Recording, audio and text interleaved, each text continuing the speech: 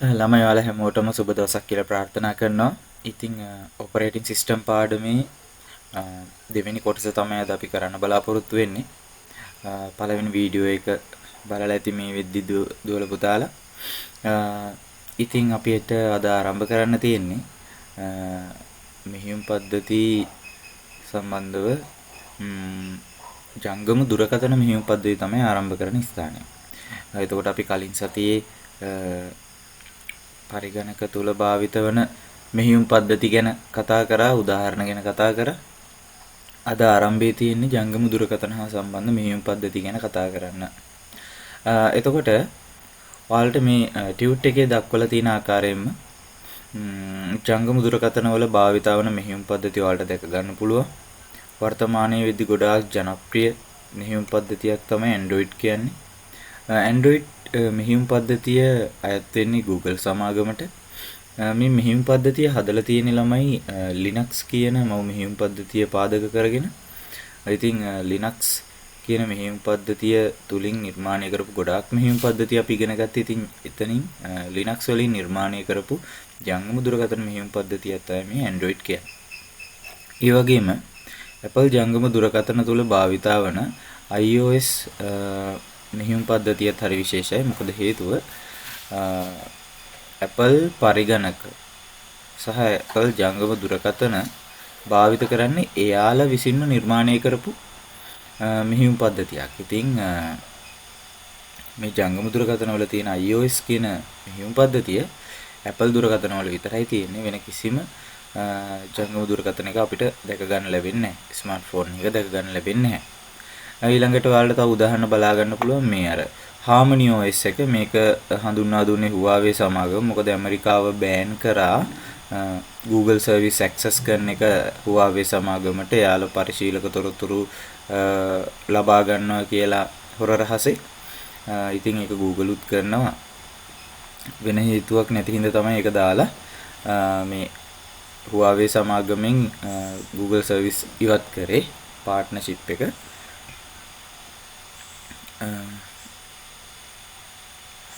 ඉතින් ළමයි මේ ඒ හින්දා Huawei සමාගම එයාලගේ ජංගම දුරකථන සඳහා නිර්මාණය කරපු මෙහෙයුම් පද්ධතිය තමයි මේ Harmony OS කියන්නේ. මේකත් හරිම හොඳ ස්මූත් ඔපරේටින් සිස්ටම් එකක්. නමුත් වර්තමානයේ වෙද්දී මම හිතන්නේ ආයෙත් ඒ පාර්ට්නර්ෂිප් එක ඇති කරගෙන Android මෙහෙයුම් පද්ධතියම තමයි Huawei දුරකථන වලත් දැක ගන්න ලැබෙන්නේ.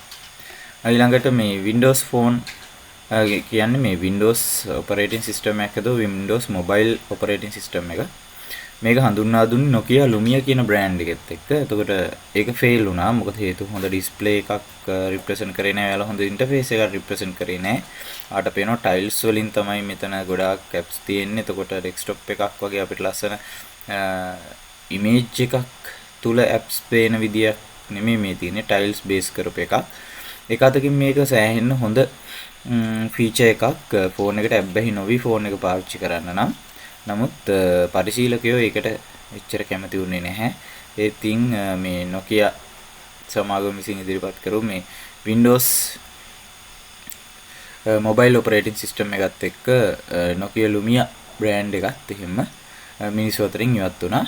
ඊළඟට මේ තියෙන අතීතයේ භාවිත කරපු ගොඩක් හොඳ ෆීචර්ස් තිබ්බ BlackBerry operating system එක. මෙයාලත් දැන් එයාලගේ ෆෝන්ස් වල Android පාවිච්චි කරන්නේ BlackBerry OS එක පාවිච්චි කරන්නේ නැහැ. ඒකේ තිබ්බ යම් යම් දුර්වලතා හින්දා. ගොඩක් වෙලාවට ওই ගේම් ප්ලේස් වලදී එහෙම BlackBerry operating system එකේ පොඩි issues එන්න ගත්තා. වසු කාලින මම පාවිච්චි කරලා තියෙන operating system එක. ඊළඟට internet කනෙක්ෂන් එක හදිස්සියවත් ඉන්ටරප්ට් වුණොත් මොකක්ම හරි සිද්ධියක් හින්දා අපිට ෆෝන් එක රීස්ටාර්ට් කරලා තමයි සමහරලාට ආයෙ ඉන්ටර්නෙට් කනෙක්ෂන් එක ගන්න වෙන්නේ. එයාප්ලේන් මූඩ් දාලා ඔන් කරලා වැඩක් වෙන්නේ නැහැ. ඉතින් ඊළඟට මේ Symbian OS එක නැත්නම් ඔපරේටින් සිස්ටම් එක මුල් කාලේ Nokia පරිගණක වල Nokia දුරකථන වල භාවිතා වෙච්ච ඔපරේටින් සිස්ටම් එකක්. ඉතින් ඒ විදිහට තමයි ජංගම දුරකථන ඔපරේටින් සිස්ටම් ගැන අපිට කතා කරන්න තියෙන්නේ. මෙතනින් ඔයාලට Android සහ iOS කියන ජංගම දුරකථන මෙහෙයුම් පද්ධති ගැන පොඩි මතකයක් තියාගත්තාම හොඳටම ප්‍රමාණවත්. ඉතින් මෙන්න මෙතන හිස්තැනේ සිංහල මීඩියම් ළමයි ලියාගෙන ජංගම දුරකථන මෙහෙයුම් පද්ධති කියලා. ඊට පස්සේ අපිට තියෙනවා මෙහෙයුම් පද්ධති වර්ගීකරණය කියලා මාතෘකාවක්.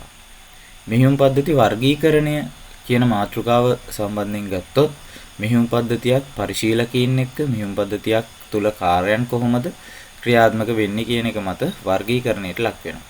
පළවෙනි වර්ගය ඒක පරිශීලක මෙහෙයුම් පද්ධති.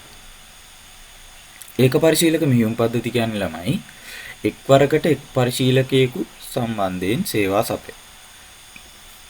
මෙතනදී මෙහෙයුම් පද්ධතියක් එක් පරිශීලකයෙකුට එක් අවස්ථාවකදී සේවා සපයන්න හැකියාව තියෙනවා. එකවර පරිශීලකයෝ කිහිප දෙනෙකුට සේවාව සපයන්න බෑ. මේක හරිනම් මෙහෙම වෙන්න ඕනේ. ඒක පරිශීලක ඒක කාර්ය වගේ මාතෘකාව මෙතෙන්ට එන්න ඕනේ. ඒකට හේතුව එක් පරිශීලකයෙකුට එක් අවස්ථාවක සේවාව සපයන ඒ වගේම පරිගණකයෙන් කරන්න ලබා දෙන කාර්යත් එකක් පමණයි. කියන්නේ process එකක් එක් tasks එකක් විතරයි කරන්න අවස්ථාව ලබා දෙන්නේ. You know that there has an Android operating system which popular in worldwide, and lot of mobile brands using this operating system now. So it's a very smooth operating system, and it's built based on Linux operating system, and also Android owned by Google, right? Then iOS is a operating system that only can use in Apple mobile devices. It's a very limited operating system based on the mobile brand, right? We cannot see iOS operating system in any other mobile brand, right? So those are the main two mobile operating systems. So now we have to go to the type of operating systems, because I'm not going to explain other operating systems in English here. You have to read it and understand what are they. Next type of operating system, මෙහෙයුම් පද්ධති වර්ගීකරණය, right? There has the first operating system type is single user, ඒක පරිශීලක, right? In this operating system you must understand this as ඒක පරිශීලක ඒක කාර්යය. කියන්නේ මෙම මෙහෙයුම් පද්ධතිය හඳුනා ගන්න ඕනේ. ඒක පරිශීලක ඒක කාර්යය. ඒ කියන්නේ single user single task.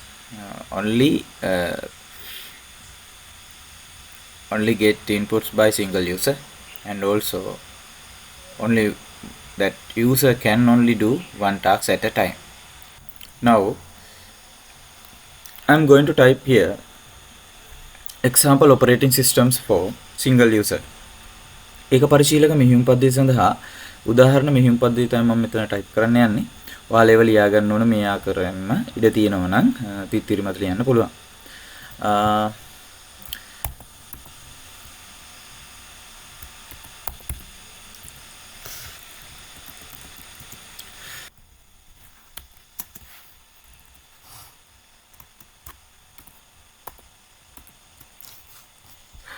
I think you can hear me. So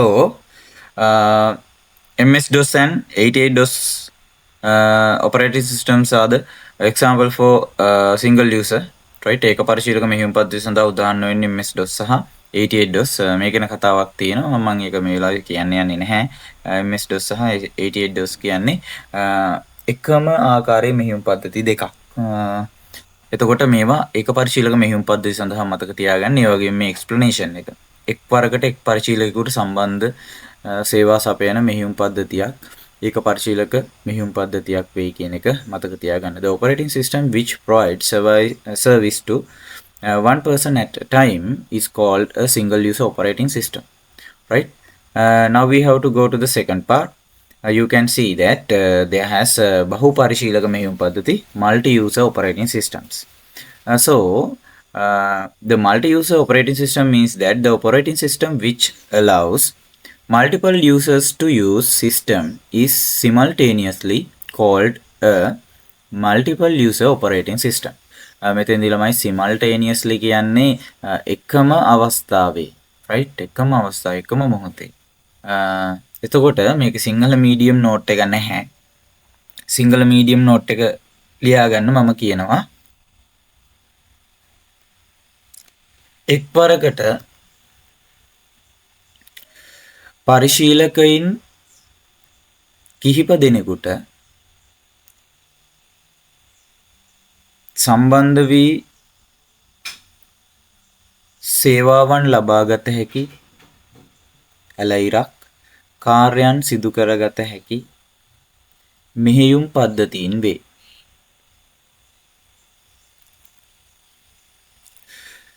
එතකොට ළමයි there has one more thing to write. Okay, English medium, you must write this. These kind of operating systems usually use in server computers. Therefore, get this. The multi-user operating systems normally use in server computers. Sinhala medium ලියා ගන්න මෙහෙම බහුපරිශීලක මෙහෙයුම් පද්ධති බොහෝ විට භාවිතා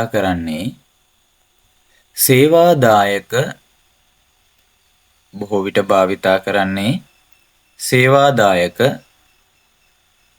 පරිගණක තුලයි. All right. Now we have third one. It's multitasking, but something has missed by me. So let's go to field it. I should put some examples for multi-user, right? මම බහුපරිශීලක මෙහෙයුම් පද්ධතිය සඳහා එකතු කරන්න ඕන උදාහරණ. ඉතින් අපි කීපයක් දාගමු. හොඳයි ළමයි. බහුපරිශීලක මෙහෙයුම් පද්ධතිය සඳහා උදාහරණ විදියට අපිට Windows server ඒ වගේම Linux වගේ මෙහෙයුම් පද්ධති හඳුනා ගන්න පුළුවන්. So we can identify that there has some examples for multi-user operating systems. Those are Windows Server and Linux. There has more than this, but I will keep it to this point, right? Okay. Let's go to the third type of operating system. These are multitasking operating systems. අපි මේවට බහුකාර්ය මෙහෙයුම් පද්ධති කියලා කියනවා. So these kind of operating systems, which means multitasking operating systems, can perform multiple tasks simultaneously. It means that multiple tasks can perform in same time, right? Single user multiple tasks can perform in same time. Usually we do this is kind of operations in computer. Therefore usually we commonly use all kind of operating systems are multitasking operating systems. So you can see that there are some examples: Windows 10, Windows 11, Mac operating system, Ubuntu. These kind of operating systems are multitasking operating systems, and these kind of operating systems can manage multiple tasks in same time. So there has advanced methods to do this. So that's it. So you can get this simple note for this, and you can remember it, and also be sure to get these examples.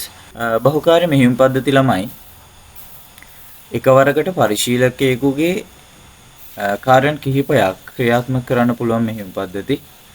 ඉතින් මේ මෙහෙයුම් පද්ධතිය අපි බොහෝ විට භාවිත කරන්නේ වර්තමානයේ අපේ කාර්යයන් සිදු කර ගැනීම සඳහා.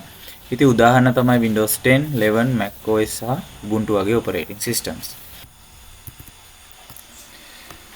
හොඳයි ළමයි අපි දැන් හතරවෙනි මෙහෙයුම් පද්ධතිය ආකාරයේ කතා කරන්නේ, right? We are going to learn about real time operating systems. තත්ත්ව කාල මෙහෙයුම් පද්ධති. එතකොට මේ තත්ත්ව කාල මෙහෙයුම් පද්ධති කියන්නේ මොනවද? Right? These kind of operating systems usually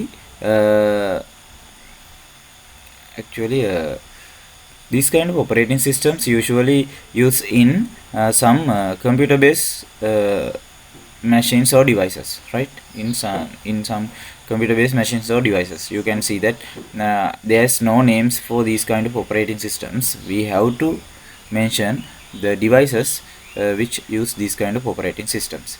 Right? මේ වගේ මෙහෙයුම් පද්ධති ළමයි භාවිත වෙන්නේ පරිගණකයේ පාදක කරගත් පරිගණක තාක්ෂණය පාදක කරගත් උපාංග තුල. so ඒ හින්දා ATM ඊළඟට calculators smart watch වගේ උපාංග තුල අපිට මේ real time operating systems බලා ගන්න පුළුවන්. Usually the main job of real time operating systems is get the input and immediately try to give the output without any delay, right? ඔයාලට මෙතන බලා ගන්න පුළුවන් the operating system which gives the outputs in real time without any observable delays, right? එතකොට ළමයි මෙතනදී තත්ත්වකාල මෙහෙයුම් පද්ධතියේ ප්‍රධාන කාර්ය වෙන්නේ ආදානයෙන් ලබා දුන් විගසම ප්‍රතිදානයන් ප්‍රමාදයකින් තොරව ලබා දීම. ඉතින් උදාහරණ තියෙනවා ATM, calculators, smartwatch විභාගෙදී මෙතනදී ફોකස් කරන්නේ examples හැමතිස්සෙම. ඉතින් ඔයාලා මේ මෙහෙයුම් පද්ධති වලට අඩුම එක example එකක් හරි මතක තියාගන්න ඕනේ. හොඳට පාඩම් කරනවා නම් මේ දාලා තියෙන මෙහෙයුම් පද්ධති දෙක ගානේ දාලා තියෙන වැඩි නෑ. ඒ ටිකත් මතක තියාගන්න. So that's it. Now we have to move to the next topic. Services of an operating system. The main topic of this lesson is this one. මෙහෙයුම් පද්ධතියක් කරන සේවාවන් තමයි දැන් අපි ඉගෙන ගන්න යන්නේ. ඉතින් මේ පාඩමේ ප්‍රධානම මාතෘකාවක් වෙන්නේ මේක. එතකොට පරිගණක පද්ධතියක අපිට බලා ගන්න පුළුවන් දෘඩාංග පාලනය කිරීම, ඒ වගේම මිත්‍රශීලී අතුරුමුහුණුතක් ලබා දීම. නැත්නම් අපි කියනවා managing hardware of a computer and provide user interface. ළමයි මෙන්න මේ දෘඩාංග පාලනය කිරීමත් මිත්‍රශීලී පරිගණක අතුරුමුහුණුතක් පරිශීලකයාට ලබා දීමත් සිද්ධ කරන්නේ මෙහෙයුම් පද්ධතිය. එහෙනම් මෙහෙයුම් පද්ධතියේ ප්‍රධාන කාර්යයන් දෙක ඇහුවොත් ඔයාලා ලියන්න ඕන මෙන්න මේ දෙක. එක managing the hardware of a computer system. නැත්නම් අපි කියනවා පරිගණක පද්ධතියක වූ දෘඩාංග පාලනය කිරීම. දෙක providing user interface. මිත්‍රශීලී පරිශීලක අතුරුමුහුණුතක් ලබා දීම. ඉතින් මේ දෙක තමයි මෙහෙයුම් පද්ධතියක ප්‍රධාන කාර්යයන් වෙන්නේ. ඉතින් අපි මෙතනින් දෙවෙනි කොටස තමයි මුලින් කතා කරන්න යන්නේ. ඊට පස්සේ අපි යනවා පළවෙනි කොටසට. දෙවෙනි කොටස වෙන්නේ මිත්‍රශීලක අතුරුමුහුණුතක් ලබා දීම. ඉතින් අපි පරිශීලකයට පරිගණකයත් එක්ක ගනුදෙනු කරන්න අත්‍යවශ්‍ය වෙන මිත්‍රශීලී අතුරුමුහුණුතක් ලබා දීම කියන මාතෘකාව යටතේ මෙන්න මෙහෙම අපිට මේක කතා කරන්න පුළුවන්. we කියන්නේ අපි පරිශීලකයෝ. we need an interface to interact with the computer. There are two types of user interfaces provided by the operating system. මෙහෙම පද්ධතිය විසින් ළමයි අපිට ලබා දෙන අතුරුමුහුණුත් ආකාර දෙකක් තියෙනවා. ඉතින් මේ අතුරුමුහුණුත තමයි පරිශීලකයෝ විදියට අපිට පරිගණකයත් එක්ක ගනුදෙනු කරන්න තියෙන උපක්‍රමය නැත්තම් අවස්ථාව නැත්තම් අයා අපිට ලබා දෙන මාර්ගය. ඉතින් මෙතනදී අතුරුමුහුණත් වර්ග දෙකකට බෙදෙනවා කියලා අපි කතා කරා. ඉතින් එකක් තමයි විධාන පේලි අතුරුමුහුණත. නැත්නම් අපි කියනවා command line interface කියලා. ඊළඟට තියෙනවා චිත්‍රක පරිශීලක අතුරුමුහුණත. එහෙම නැත්නම් අපි කියනවා GUI graphical user interface කියලා. මෙතනදී අපි මුලින්ම කතා කරන්නේ විධාන පේලි අතුරුමුහුණත නැත්නම් අපි කියනවා CLI command line interface එක ගැන. ළමයි මුල්ම කාලේ එහෙම නැත්නම් අපි ගත්තොත් මෙහෙයුම් පද්ධති හඳුන්වා දීපු තුන්වෙනි පරම්පරාවේ මේ මුලින්ම හඳුන්වා දුන්නු මෙහෙයුම් පද්ධති වෙන්නේ මෙන්න මේ command line interface නොත් මේ අපි කතා කරනවා මේ විධාන පේලි අතුරුමුහුණත් මෙහෙයුම් පද්ධති කියලා. මේව තමයි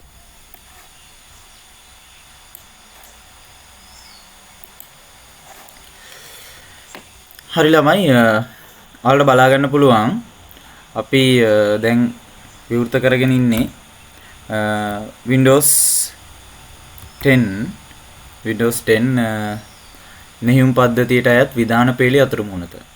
මේක ගැන පැහැදිලි කරොත් මුල් කාලේ මෙහෙයුම් පද්ධති old operating systems use command line interfaces, right? In third generation we can in third generation In third generation, we know that the introduction of operating systems based on these kind of command line interface operating systems. So these kind of operating systems are not user friendly. These are very single task operating system, because we cannot perform multiple tasks at same time, right? We only can give command, then they will the operating system will give the output. That's the simple way to do this, right? මේ වගේ මෙහෙයුම් පද්ධති ළමයි මේ හරි විශේෂයි. හේතුව මුල්ම කාලේ භාවිතා වෙච්ච මේ මෙහෙයුම් පද්ධති වල එකපාරකට කරන්න පුළුවන් කාර්යයන් එකක් පමණයි. ඊට වඩා බෑ. දැන් අපි මෙතනදී බලනවා පරිගණකය දැන් අපිට කිසිම දෙයක් පෙන්වන්නේ නැහැ. කළු පාට තිරයක් තියෙන්නේ. අපිට මෙතන පේනවා මෙන්න මෙහෙම command prompt කියලා අපි මේකට කියනවා. සිංහලෙන් කියනවා ප්‍රේරකය කියලා. command prompt. ඊට පස්සේ මෙන්න මෙතන තියෙනවා cursor-ය. මේකට කියනවා cursor-ය කියලා. මේ cursor-ය තියෙන තැන අපි type කරනවා command එකක්. එතකොට මේ commands වල අකුරු වරදින්න බෑ. commands දැනගෙන ඉන්න ඕන හරියට. මම date කියලා ගහුවාම ඔන්න එයා ඒකට අදාළ දිනය. ඒ කියන්නේ අද දවසේ දිනේ අංකය පෙන්නනවා. එතකොට මේක ආයෙ වෙනස් කරන්න තව අවස්ථාව දීලා තිනවා. මම ආයෙන්ට එකක් ලැබුවාම ආයෙ ප්‍රේරක එනවා. එතකොට ඒ අවස්ථාව ගිලිහිලා යනවා. එතකොට ඔයාලට පේනවා මේකෙදි එක් අවස්ථාවක එක් කාර්යයක් පමණයි මට කරන්න පුළුවන් උනේ. මම ආයෙත් තව කමාන්ඩ් එකක් දෙනවා time. ඔයාලට බලා ගන්න පුළුවන් මේ වෙලාව බලා ගන්න පුළුවන් මේ වීඩියෝ එක රෙකෝඩ් කරන. එතකොට ඒ විදිහට අපිට එකපාරකට එක් කාර්යයක් පමණයි කරන්න පුළුවන්, right? ඒ වගේම තමයි මෙතනදී පරිශීලකයා අනිවාර්යයෙන්ම හරියට දැනගෙන ඉන්න ඕන. එයා මෙහෙයුම් පද්ධතිය තුළ භාවිතා කරන්න ඕන විධාන ටික. ඉතින් හරියට විධාන දන්නේ නැතුව අකුරු වැරදියට ගැහුවොත් මෙන්න මේ වගේ දෙයක් සිද්ධ වෙන්න පුළුවන්. Right? Tima is not recognized as internal or external command. Right? Sinhala medium මෙතන මේ කොටස් ටික සිංහලෙන් නම් කරගමු. නැත්තම් මේක අඩුපාඩුවක් වෙනවා එතන. command කියන තැන ඔයාලා නම් කරගන්න විධානය output කියන තැන නම් කරගන්න ප්‍රතිදානය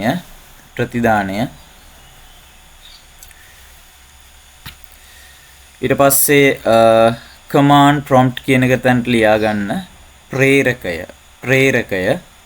ප්‍රේරකය cursor-ය නම් cursor-යම තමයි සිංහලෙන් cursor-ය කියලා ලියා ගන්න. ඊට පස්සේ note එක දීලා තියෙනවා ඔයාලට ලියා ගන්න පුළුවන්.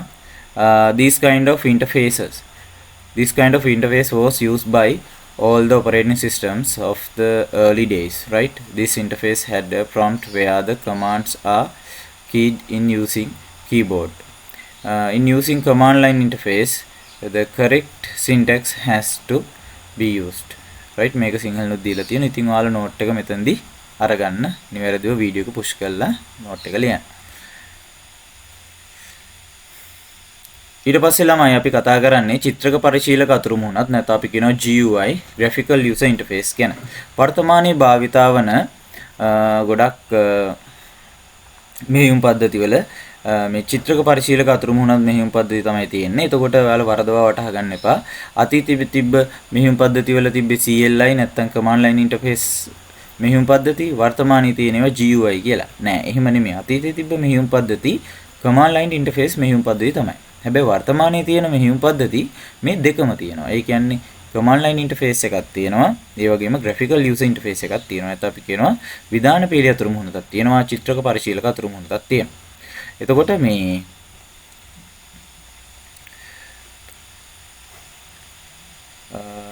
මෙතන note එක දීලා තියෙනවා. ඔයාලට බලා ගන්න පුළුවන්. GUI provides the ability to use the mouse or fingertips to navigate the commands. Therefore, it has become much easier to interact with the computer today.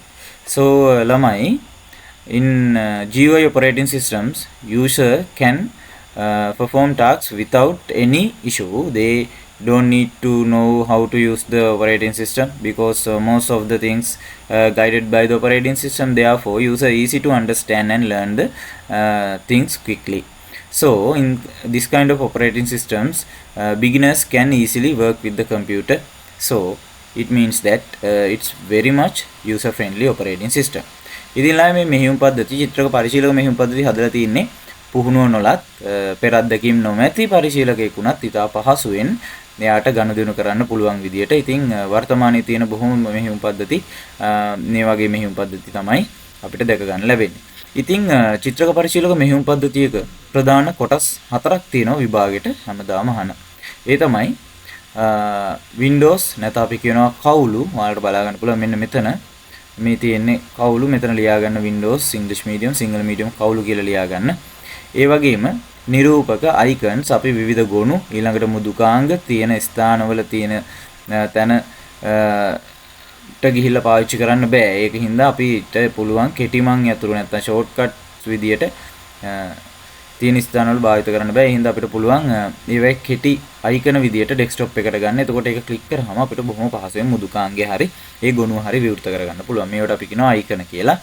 ඊළඟට මෙනු කියන්නේ යම්කිසි උපාංගයක් එහෙම නැත්නම් යම්කිසි ස්ථානයක අපිට කරන්න දෙන අතිරේක ක්‍රියාකාරකම් මේක මවුස් එකේ රයිට් ක්ලික් කරාම අපිට ලැබෙන මෙනු එක ගැන මේ කතා කරන්නේ.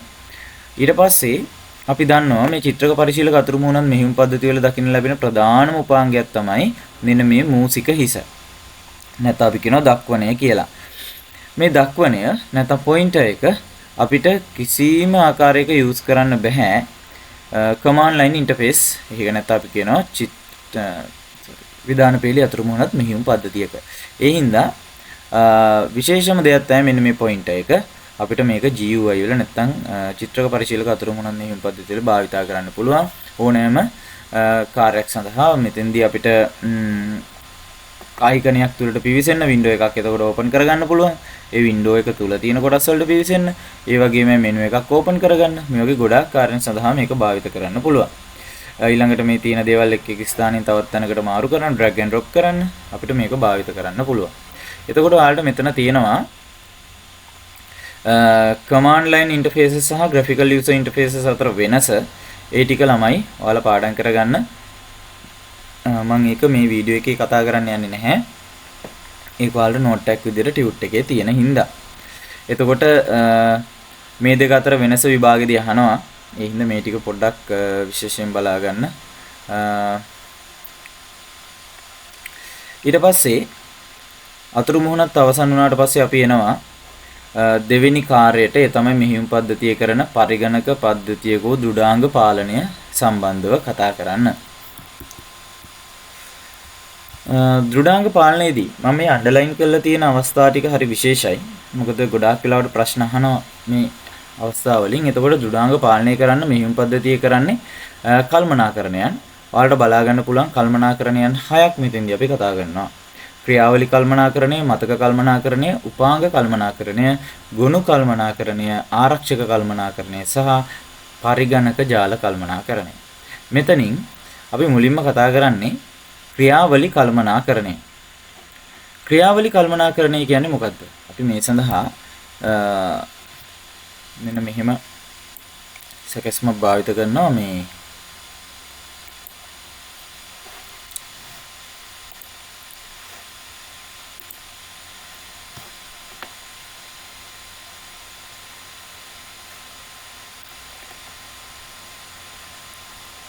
හරි. ළමයි මේ තියෙන්නේ ක්‍රියාවලි කල්පනාකරණය සඳහා මම නිර්මාණය කරපු සැකැස්මක්. එතකොට පරිශීලකයා මේ W කියලා තියෙන ටාස්ක් එකක් ඇප් එකක් විවෘත කරනවා. ඒ විවෘත කරාම ඒ ටාස්ක් එකේ අදාළ ගුණ ටික ඇත්තටම දෘඩ තැටි ඉඳලා RAM එකට ගමන් කරනවා. RAM එකෙන් ආයි මේක ඔපරේටින් සිස්ටම් එක ලබා ගන්නවා. මේ ටාස්ක් 1 කියන එක අරගෙන ඉවර වෙලා බලන්නේ ඒක job 1, job 2, job 3 විදියට කුඩා කොටස් වලට කඩලා වෙන් කරලා කොටසින් කොටස අපේ CPU එකට පරිගණකයේ CPU එකට ලබා දෙනවා. එතකොට මෙතනදී මෙහෙයුම් පද්ධතිය ක්‍රියා කරන්නේ පරිගණකයේ කාර්යයන් ක්‍රියාවලීන් කළමනාකරණය කරමින්. ඒ කියන්නේ හැමතිස්සෙම එක් කාර්යයක් ක්‍රියාත්මක කරන්න දෙද්දී අනිත් කාර්යයන් සූදානම් තත්ත්වයේ අවහිර කළ තත්ත්වයේ වගේ අවස්ථාවන් වල පවත්වාගෙන යනවා. එතකොට මෙතෙන්දී මේ ටාස්ක් 1 එකේ බලන්න පහසු ආකාරයෙන් නැත්තම් සකස් කිරීමට පහසු ආකාරයෙන් සකස් කිරීමට පහසු ආකාරයෙන් ළමයි job 1 job 2 job 3 කියලා වෙන් කරලා තියෙනවා. ඉතින් job 1 ක්‍රියාත්මක වෙද්දී අනිත් දෙන්න බලාගෙන ඉන්නවා waiting list එකේ ඉන්න ඕන තමන්ගේ අවස්ථාව ලැබෙනකන්. ඉතින් මේ සඳහා විවිධ ක්‍රම භාවිත කරනවා මෙහිම පද්ධතිය. මම මේ ක්‍රමයක් විතරයි මේ අවස්ථාවට ගත්තේ. එතකොට මෙතන English medium ළමයින්ට කතා කරොත් usually you can see that this is a user. He open tasks, then the tasks data will load to the RAM, right? From the RAM, operating system takes the tasks and identify it, then separate it to several jobs. Then one by one fed it to CPU. So other jobs, other process have to wait until the given tasks done or interrupt, right? ඒ කියන්නේ ලබා දීලා තියෙන job එක ක්‍රියාත්මක කළ අවසන් වෙන තෙක් හෝ එහෙම නැත්නම් ඒක අවහිර කරනවා එකපාරට නැවැත්වීමක් සිදු කරනවා අතුරු බිඳුමකට ලක් කරනවා නම් ඒ අවස්ථාව වෙනකන් ඔන්න මෙහියුම් පද්ධතියට අනිත් jobs වලට මෙතෙන්දි බලන් ඉන්න වෙනවා. ඉතින් මෙහියුම් පද්ධතිය මේ විදියට පරිගණකයේ ක්‍රියායනයන් කල්පනාකරණය කළා නැත්නම් අපි කියන පරිගණකයේ සැකසීම් ටාස්ක්ස් කල්පනාකරණය කළා බොහොම පහසුවෙන් පරිශීලකයට අතුරු මුහුණත හරහා ගනුදෙනු කරන්න පුළුවන් විදියට සකස් කරන එක තමයි මේ ක්‍රියාවලි කල්පනාකරණයේදී සිද්ධ වෙන්නේ. right? මෙන්න මෙහෙම කියනවා. Process management means managing all running programs and tasks in the computer. The operating system decides which process get CPU time and what order. අපි කියන ක්‍රියාවලි කල්පනාකරණය යනු පරිගණකයේ ක්‍රියාත්මක වන වැඩසටහන් සහ කාර්යයන් කල්පනාකරණය කිරීමයි. මෙහිදී මෙහියුම් පද්ධතිය CPU කාලය ලබා දිය යුත්තේ කුමන ක්‍රියාවලියටද සහ කුමන අනුපිළිවෙලටද යන්න තීරණය කරයි. ඉතින් මම හිතනවා ළමයි ඔයාලා මෙතන මේ දක්වා තියෙන රූපය ඇඳගනී කියලා වීඩියෝ එක පුෂ් කරලා ඉවර වෙලා මේක ඇඳගන්න.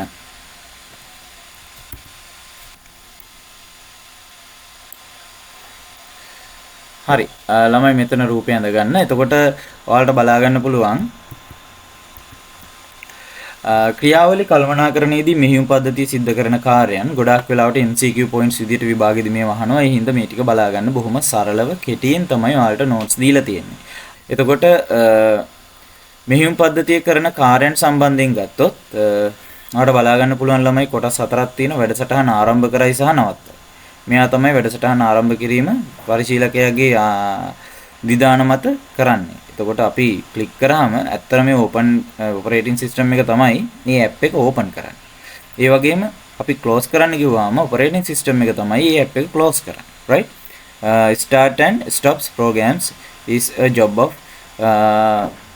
process management. right? Then next one, allocate CPU time to each process. එක් ක්‍රියාවලියට CPU කාලය වෙන් කිරීම. මේකත්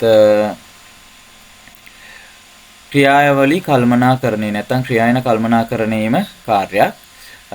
මොකද හේතුව එයා තමයි තීරණය කරන්නේ ඔපරේටින් සිස්ටම් එක තමයි තීරණය කරන්නේ මොන process එකද මොන job එකද මම දැන් ක්‍රියාත්මක කරන්න CPU එකට යවන්නේ කියලා. right? process order එක control කරනවා.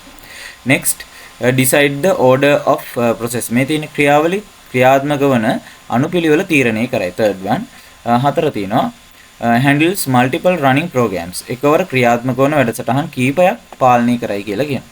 එතකොට මෙතනදී අපේ පරිශීලකයන්ට දැනෙන්නේ නැති වෙන විදිහට මෙයාට පුළුවන් වැඩසටහන් අතර මාරු වෙමින් එකම අවස්ථාවේ වැඩසටහන් කීපයක් ක්‍රියාත්මක වනවා වගේ පරිශීලකයට පෙන්වන්න. එතකොට අපිට දැනෙන්නේ එකපාර වැඩ කීපයක් සිද්ධ කරනවා කියලා. හැබැයි ඇත්තටම CPU එක කරන්නේ එකපාරකට එක වැඩක් විතරයි. එක කෝ එකකින් නැත්නම් එක ALU එකකින්. එතකොට මෙතනදී අපි රූපය ගන්න ඕන අනිවාර්යෙන්. ඊළඟට මේ කොටස් අතර පාඩම් කරගන්න සෑහෙන වටිනවා. මේක ඔයාලා ඩෙෆිනිෂන් එකක් විදිහට මතක තියාගන්න පුළුවන් නම් වටිනවා. අඩුම තරමේ පළවෙනි වාක්‍ය විතරක්වත් මතක තියාගන්න. මේක තියරි පාඩමක් ඉඳලා. right? next one, මතක කල්පනාකරණය නැත්නම් අපි කියනවා memory management කියලා. මෙහෙම කියනවා memory management means controlling the computer main memory. The operating system allocates memory to programs and release memory when it's no longer needed. මතක කල්පනාකරණය යනු පරිගණකයේ ප්‍රධාන මතකයේ පාලනය කිරීමයි. මෙහෙයුම් පද්ධතිය වැඩසටහන් සඳහා මතකය වෙන් කරයි. අවශ්‍ය නොවන විට එම මතකය නැවත නිදහස් කරයි. ළමයි මෙතනදී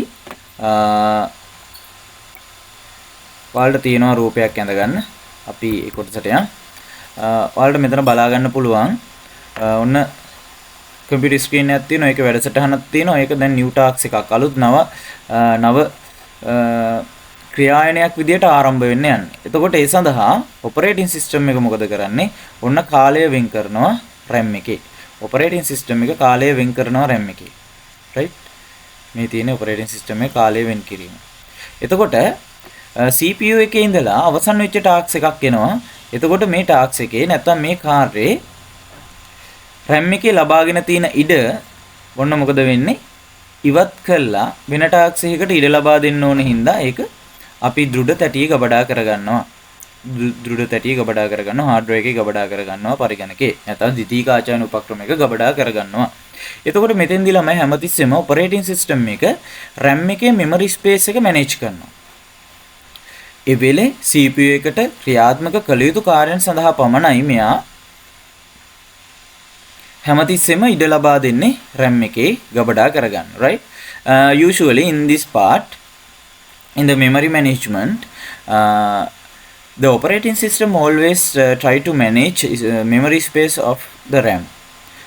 You can see that new tasks allocate new spaces from RAM, and also the end tasks deallocate from the existing place in the RAM. So they have to move to the hard disk or any other place in the computer because RAM should be updated and refreshed again and again to new tasks only. Right? If the tasks end, there is no space from RAM because operating system remove that memory cells from the RAM. So then there has new spaces, and those new spaces allocate to new tasks start by the user or automated systems, right, in the computer. So those are the memory management thing. Let's move to the tut again.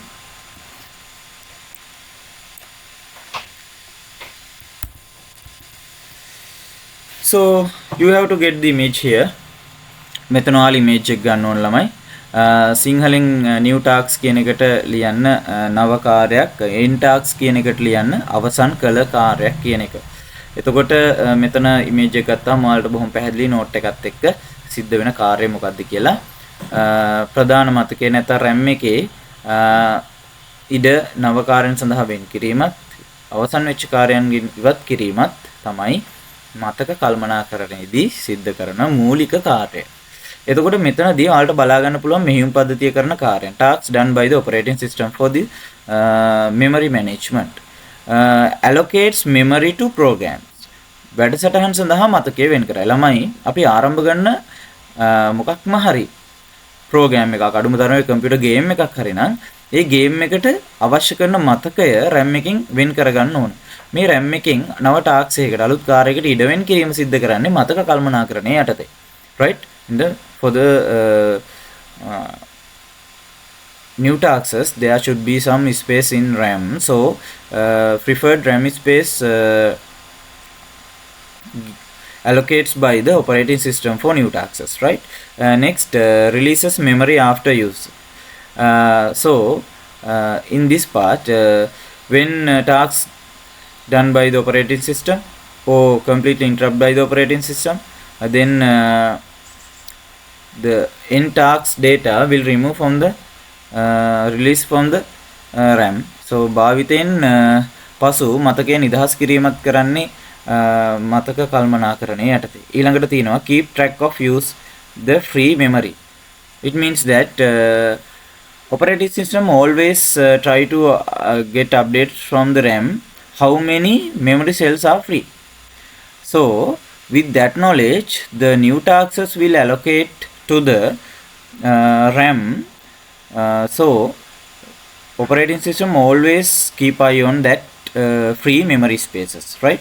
භාවිතය අවසන් වන සහ හිස් මතක ප්‍රමාණ නිරීක්ෂණය කළා ඒවා මතක හිස් ප්‍රමාණ ලෙස පවත්වාගෙන යන එකත් ඔපරේටින් සිස්ටම් එකේ කාර්යයක්. මොකද හේතුව එයා දැනගන්න ඕන කොච්චර ප්‍රමාණයක් කොයි වගේ ස්ථානයක හිස් මතක තියෙනවද කියලා ප්‍රධාන මතකයේ තුල. එතකොට නව කාර්යයක් ආරම්භ කරද්දී මේ නව කාර්යයට අවශ්‍ය කරන ඉඩ ඔපරේටින් සිස්ටම් එකට පහසුවෙන්ම allocate කරන්න නැත්නම් පවරන්න පුළුවන් RAM එක තුල.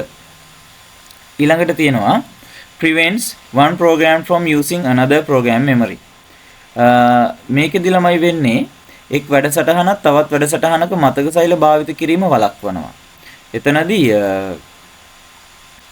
ඇත්තටම සමහර වෙලාවට මේ memory addresses issues ඇවිල්ලා programs හරියට වැඩ කරන්නේ නැති වෙන්න පුළුවන් නැත්නම් program overwrite වෙන්න පුළුවන් පරිගණක මතකයේ තුල. ඒක වළක්වලා නිවැරදිව අදාළ ප්‍රෝග්‍රෑම් එකකින් ප්‍රෝග්‍රෑම් එකට මෙමරි කොටස් නැත්නම් මතක සෛල නිවැරදිව පවත්වාගෙන යන්නේ මෙන්න මේ මතක කල්පනාකරණය යටතේ.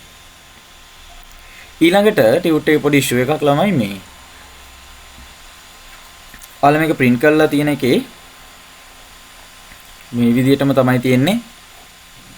9 වෙනි පිටුවේ උඩ 9 වෙනි පිටුවේ පහළටම ගිහින් තියෙනවා මේ 10 වෙනි පිටුවේ උඩ තියෙන ඕන මාතෘකාව. ඒක පුළුවන් නම් 10 වෙනි පිටුවේ උඩින් ලියා ගන්න. මොකද නැත්තම් මෙතන තිබිලා එක වැඩක් නැති හින්දා. එතකොට ඔයාලට බලා ගන්න පුළුවන් අපි දැන් කතා කරන්නේ ළමයි උපාංග කල්පනාකරණය ගැන. පරිගණකයට අපි විවිධාකාරී උපාංග සවි කරනවා. පරිගණකයේ තුල සවි කරලා තියෙනවා සහ පරිගණකයට පිටතින් සවි කරනවා. අපි පිටතින් සවි කරන ඒවට කියනවා peripheral devices කියලා. එතකොට මේ පරයන්ත උපාංග පරිගණකයේ තුල හඳුනා ගන්න මෙහෙයුම් පද්ධතිය කරන කාර්යය තමයි උපාංග කල්පනාකරණය කියලා කියන්නේ. Device management means controlling input and output devices such as keyboard, mouse in printers, scanners, monitors. The operating system helps these devices work properly with the computer.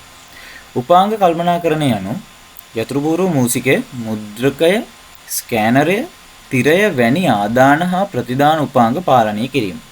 මෙහෙයුම් පද්ධතිය මෙම උපාංග පරිගණකය සමග නිවැරදිව ක්‍රියා කිරීමට උපකාරී කරනවා. එතකොට මෙතනදී මෙහෙයුම් පද්ධතිය කරන කාර්යයන් මොනවද? ළමයි ඔයාලට බලා ගන්න පුළුවන් මෙන්න මේ mouse එක, speaker එක, hard drive එක, keyboard එක, printer එක, USB දාවක මේ සියල්ල manage කරන operating system එකේ හින්දා English medium ළමයි මෙතන මැද ලියන්න operating system, සිංහල medium ළමයි ලියන්න මෙහෙයුම් පද්ධතිය.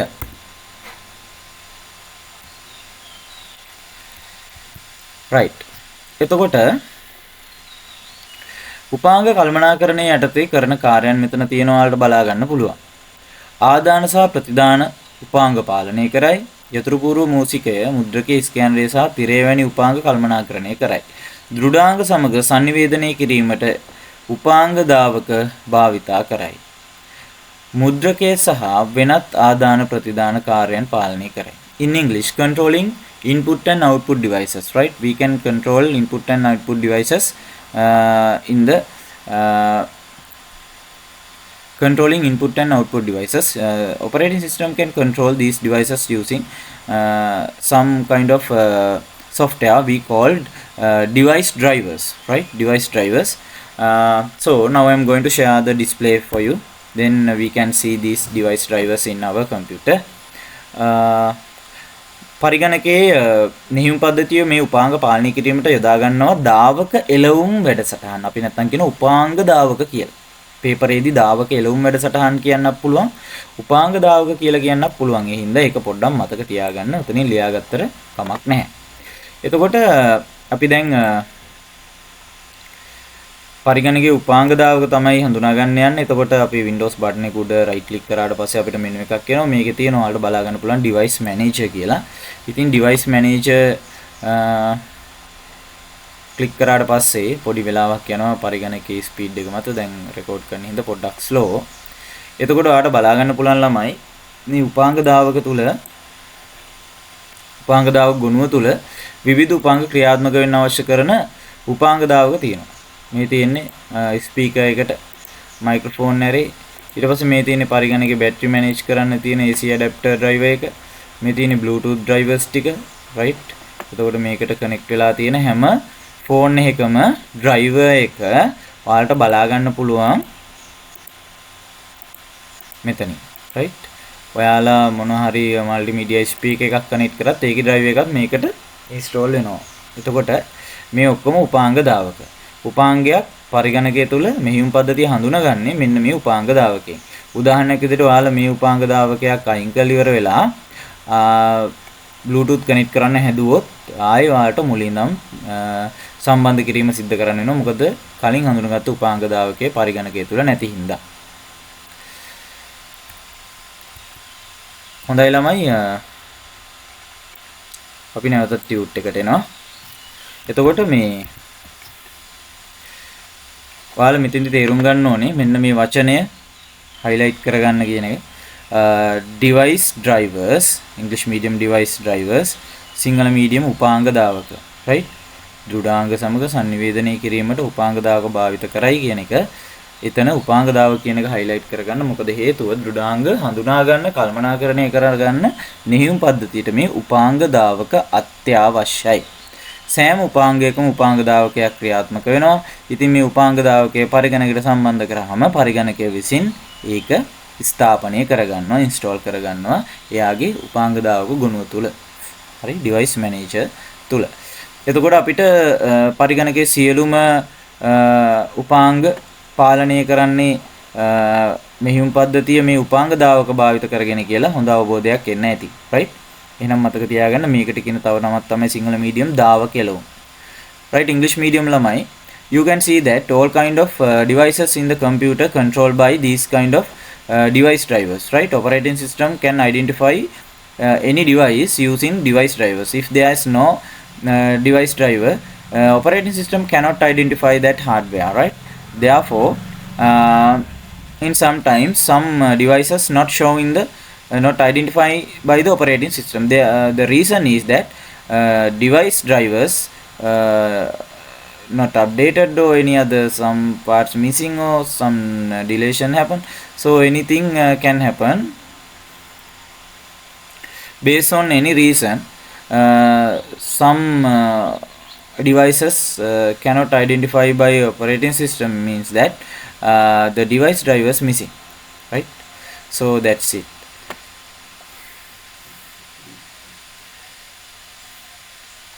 ඊළඟට තියෙන්නේ ළමයි අපිට ගොනු කල්පනාකරණය ෆයිල් මැනේජ්මන්ට්. ෆයිල් මැනේජ්මන්ට් කියන කොටස ටිකක් දීර්ඝ වශයෙන් තියෙනවා. මේක අපි ටියුට් එක හරහාම කතා කරමු. File management means organizing, controlling files and folders in a computer. The operating system allows user to create, save, open, copy, move, rename and delete files. ගුණ කල්පනාකරණය යනු පරිගණකයේ ගුණ සහ ෆෝල්ඩර් සංවිධානය කිරීම සහ පාලනය කිරීමයි. මෙහියුම් පද්ධතිය පරිශීලකයාට ගුණ නිර්මාණය කිරීමට, සුරැකීමට, විවෘත කිරීමට, පිටපත් කිරීමට, ගෙන යාමට, නම වෙනස් කිරීමට යන සහ මකා දැමීමට ඉඩ ලබා දෙයි.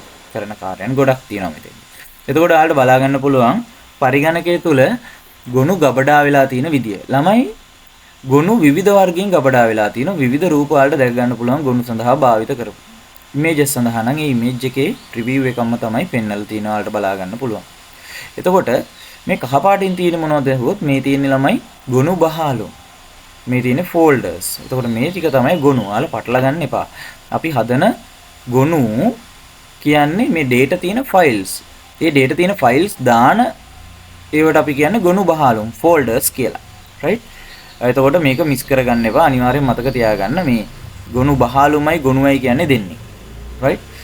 මොකද හේතුව ගොනුවට අනිවාර්යෙන් මෙන්න මේ අවසානයේදී තියෙනවා ගොනු දිගුවක්. අපි මේකට ගොනු දිගුව කියලා කියනවා. මේ තියෙන්නේ love.mp3 yy.pptx. එතකොට මේ ඩොට් සලකුණත් එක්ක තියෙන ගොනු දිගුව අනිවාර්යයෙන්ම ගොනුවකට තියෙනවා. ෆෝල්ඩර් එකට එහෙම ඔයාලට දැක් ගන්න නැහැ. ගොනු බහලුමකට එහෙම නැහැ. නමක් භාවිත කරන්න පුළුවන්.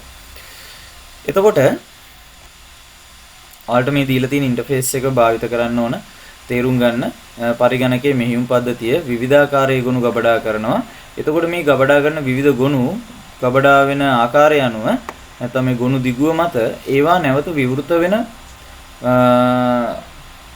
මුදුකාංගය තීරණය වෙනවා. දැන් ඔයාලට බලා ගන්න පුළුවන් MP3 කියන ෆයිල් එක මෙන්න මෙහෙම MP3 මාක් එකක් එක්ක තියෙන. එතකොට මේක මොකක් හරි ප්ලේයර්, ඒ කියන්නේ වීඩියෝ ප්ලේයර් හරි ඔඩියෝ ප්ලේයර් හරි ඇප් එකකින් තමයි විවෘත කරන්න පුළුවන් අපිට. හරි. එතකොට මේ ඔයාලට බලා ගන්න පුළුවන් HTML ගොනු තියෙනවා. එතකොට මේව විවෘත කරන්න පුළුවන් යම් ආකාරයක වෙබ් අතිරික්සුවකින්. එතකොට මෙහිම පද්ධතිය මේ විදිහට විවිධ ගොනු විවෘත කරන්න ඕන මුදුකාංග හඳුනා ගැනීම සහ ඒවා භාවිත කිරීම තමයි මෙතෙන්දී අපි ගොනු කල්පනාකරණයේ ප්‍රධාන ලක්ෂණයක් විදිහට දකින්නේ. අපි තව ඉස්සරහට යමු. එතකොට මෙහිම පද්ධතිය ගොනු කල්පනාකරණය සඳහා කරන කාර්යයන් වලට බලා ගන්න පුළුවන්. පළවෙනි එක creates file and folders. ගොනු සහ ෆෝල්ඩර් නිර්මාණය කරයි. මෙතන ෆෝල්ඩර් කියන තැන ළමයි ලියා ගන්න ගොනු බහාලුම් නිර්මාණය කරයි. ඊළඟට තියෙනවා open, save, copies, move, renames and delete files. ඒ කියන්නේ ගොනු විවෘත කිරීම, සුරැකීම, පිටපත් කිරීම, ගෙන යාම, නම වෙනස් කිරීම සහ මකා දැමීම සිද්ධ කරන්න පුළුවන් මේ ගොනු කල්පනාකරණයේදී. ඊට පස්සේ තියෙනවා organize files in storage devices. ගබඩා උපාංගවල ගොනු සංවිධානය කරන්න පුළුවන්. right, ඒ කියන්නේ සරලවම ගොත් hard drive එකේ එක එක partition වල විවිධ ගොනු, උදාහරණයක් විදිහට C එකේ තියෙන දාන්න පුළුවන් අපිට operating system එක, ඊළඟට E කියන කොටසේ දාන්න පුළුවන් අපිට වෙනත් අපේ අත්‍යවශ්‍ය කරන ගොනු වර්ග තියෙනවා නම් ඒ විදිහට අපිට ගොනු සංවිධානය කරලා පවත්වා ගන්න පුළුවන් මේ මෙහිම පද්ධතිය විසින් අපිට ලබා දීලා තියෙන මේ ගොනු කල්පනාකරණයේ හින්දා. ඊළඟට control access to files. ගොනු වෙත ප්‍රවේශය පාලනය කරන්න පුළුවන්. ඒ කියන්නේ මොකක්ද? අපි ඒක පොඩ්ඩක් බලමු.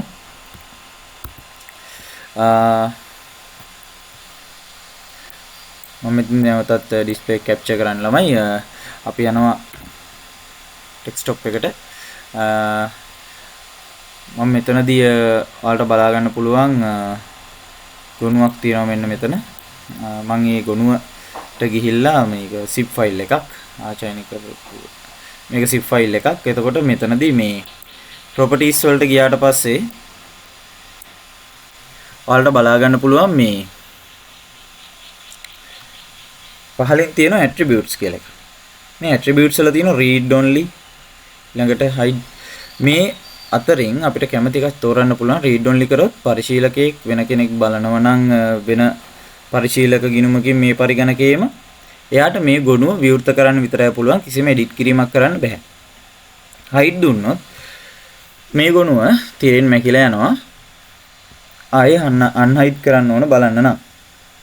එතකොට මේ විදිහට ගොනුවක අයිතිවාසිකම් කළමනාකරණය කරන්නත් මේ ගොනු කළමනාකරණයටදී අපිට පුළුවන්. එතකොට මේ නැවත ටියුට් එකට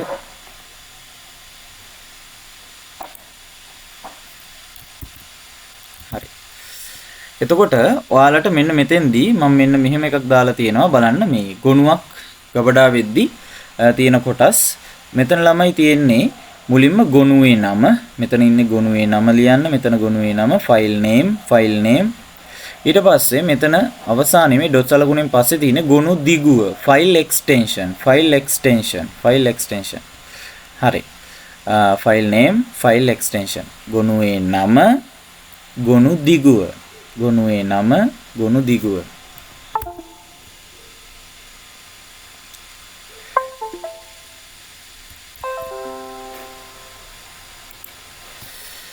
ඊට පස්සේ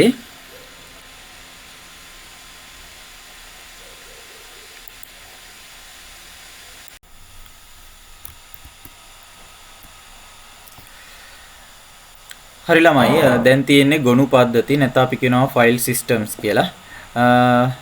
file systems කියන්නේ මොනවද? අපි බලමු meaning of file system. ගොනු පද්ධතියේ අර්ථය මොනවද කියලා. A file system is a method used by an operating system to store, organize, manage, retrieve and protect files on the storage devices such as hard disks, SSDs, pen drives, memory cards and CDs. ගොනු පද්ධතියක් කියන දෘඩ තැටි, SSD, pen drive, මතක කාඩ්පත්, CD වැනි නැත්නම් අපි කියනවා සංයුක්ත තැටි කියලා CD වලට, වැනි ගබඩා උපාංගවල ගොනු සුරැකීමට සංවිධානය කිරීමට කළමනාකරණය කිරීමට නැවත ලබා ගැනීමට සහ ආරක්ෂා කිරීමට මෙහෙයුම් පද්ධති භාවිතා කරන උපක්‍රමයක් කියලා කියනවා. එතකොට අපි ඊළඟට ඉගෙන ගන්නවා ගොනුවක් කියන්නේ මොකක්ද කියලා. ගොනු පද්ධති සම්බන්ධයෙන් තව ඉදිරියට අපිට කතා කරන්න තියෙනවා. ගොනුවක් කියන්නේ ළමයි මුලින්ම ඉගෙන ගන්න ඕනේ. A file is a collection of related data stored with the name. A file cannot contain text, images, audios, videos, programs or any other type of data. ගොනුවක් යනු නමක් සමග ගබඩා කර ඇති සම්බන්ධිත දත් එකතුවක්. එකිනෙක සම්බන්ධ දත් එකතුවක් ගොනුවක් වෙන්නේ. ගොනුවක පාට, රූප, ශබ්ද, වීඩියෝ, වැඩසටහන් හෝ වෙනත් ඕනෑම දත්ත වර්ගයක් තියෙන්න පුළුවන්. එතකොට ඔයාලට බලා ගන්න පුළුවන් there has some examples, right? Text files වලට example එකක් තියෙනවා notes.txt.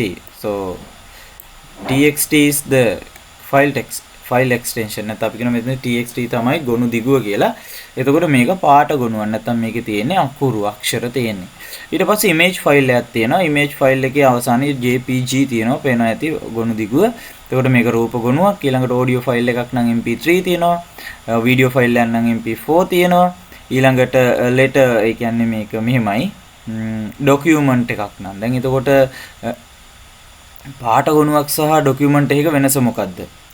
ළමයි document එක PDF එක ඔයාලා මේ දකින්න වගේ ලස්සනට bold කරපු ඒවා, line කරපුවා, ලස්සන හැඩසව් කිරීම ඔක්කොම අපිට දැක ගන්න පුළුවන්. හැබැයි text ගොනුවක කිසි දෙයක් නැහැ. නිකන් අකුරු, අංක, ඉලක්කම්, සංකේත විතරයි තියෙන්නේ. bold කිරීමක්වත්, line වීමක්වත්, ඒක ඇතුළේ imagesවත් ඒ කිසි දෙයක් නැහැ. ඒ හින්දා PDF එකකුයි text file එකකුයි දෙක සමාන නැහැ. right? එතකොට කිසිම format එකක් නොමැති ආකාරයෙන්, ඒ කියන්නේ bold කිරීමකින්වත් එහෙම නැත්නම් highlight කිරීමකින්, italic කිරීම, අකුරු ඇල කිරීමකින්වත් කිසිම ආකාරයකින් අපි කිසිම හැඩසවීමක් නොකළ ලෙස ගොනුවක් ගබඩා කරගන්න ඕන නම් අපි කරන්න ඕනේ text ආකාරයෙන් ගබඩා කරගන්න එක. එතකොට PDF docx කියන්නේ මේ වදන් සැකසු මුදුකාංග වලින් නිර්මාණය කරන ලේඛන ගොනු. මේව තුල රූප, අකුරු හැඩසවීම් තියෙන්න පුළුවන්. ඊළඟට program files කියන්නේ මුදුකාංග ලෙස ස්ථාපනය කිරීම සඳහා භාවිතා කරන ක්‍රියාත්මක කිරීම සඳහා භාවිතා කරන ගොනු වර්ගයක්. එතකොට ඔයාලට මේවා වැඩසටහන් ගොනු විදිහට හඳුනා ගන්න පුළුවන්.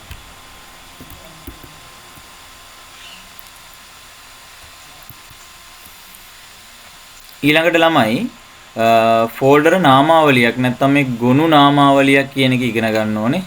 ගොනු බහලුම් නාමාවලියක්. ඒතකොට ගොනුවක් තියෙන ස්ථානය තමයි අපි මෙතෙන්දී හඳුනගන්නේ. මේ a folder is called directory, right? Is container. It's a container used to organize file and other folders. Folder එකක් හෝ නාමාවලියක් යනවා. ගොනු සහ තවත් ෆෝල්ඩර් සංවිධානය කිරීමට භාවිතා කරන වාචනයක් කියන්නේ ඒක නිකන් යම්කිසි කන්ටේනර් එකක් කියන එක. එතකොට ඔයාලට බලා ගන්න පුළුවන් මෙතන තියෙනවා ස්කූල් කියන ෆෝල්ඩර් එක ඇතුලේ තියෙනවා ළමයි ICT කියලා ෆෝල්ඩර් එකක් සහ maths කියලා ෆෝල්ඩර් එකක්. right? මෙතනදී ICT ෆෝල්ඩර් එක ඇතුලේ තියෙනවා lesson 1 සහ image කියලා ගොනු දෙකක්. maths කියන ෆෝල්ඩර් එක ඇතුලේ තියෙනවා paper.pdf කියලා ගොනුවක්. ඔයාලට මේකේ graphical representation එක නැත්නම් මේ රූපමය දැක්ම බලා ගන්න පුළුවන්. ස්කූල් කියන ගොනු ඇතුලේ ගොනු බහලුම ඇතුලේ ICT සහ maths කියලා ගොනු බහලුම් දෙකක් තියෙනවා. ඒ ගොනු බහලුම් තුල වෙන වෙනම ගොනු පවතිනවා. ICT වල තියෙනවා lesson 1 සහ image එකක්. maths වල තියෙනවා paper කියලා pdf එකක්. Here school is folder. Inside it there has ICT and maths folders. මෙහි school යන ගොනු folder එකකි නැත්නම් ගොනු බහලුමකි. එහි ඇතුළත් ICT සහ maths යන තවත් ගොනු බහලුම් වෙනවා. එතකොට අපි මේ ඉගෙන ගත්තේ නාමාවලියක් නිර්මාණය වෙන විදිය. එහෙනම් ළමයි ඔයාලා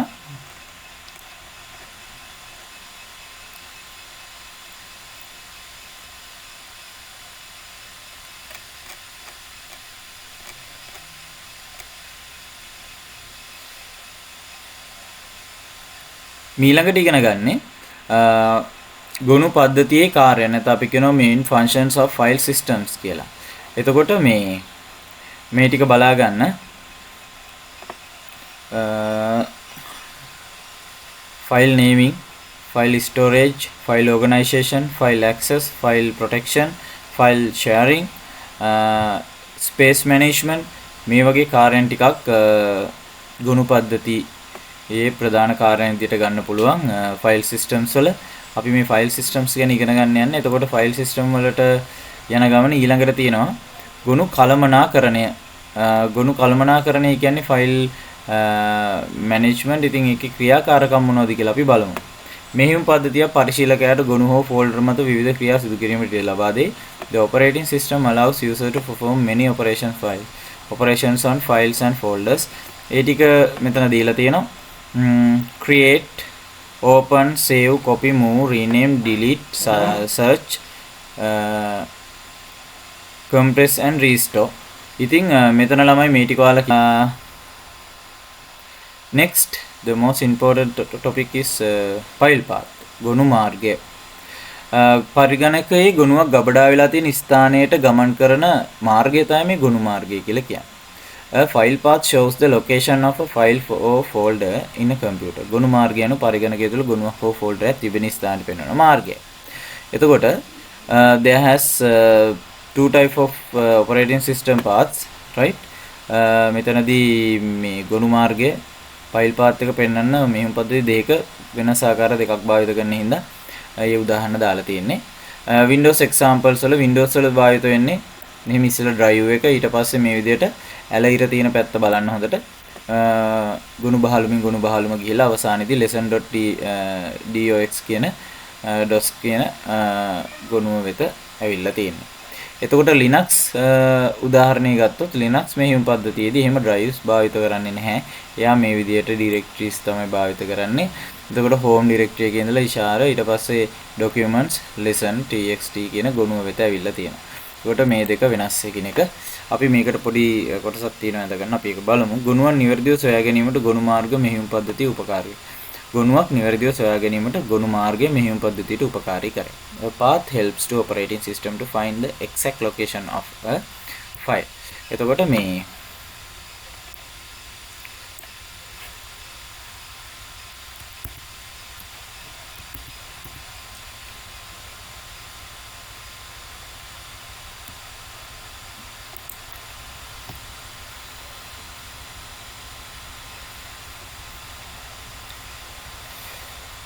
හරි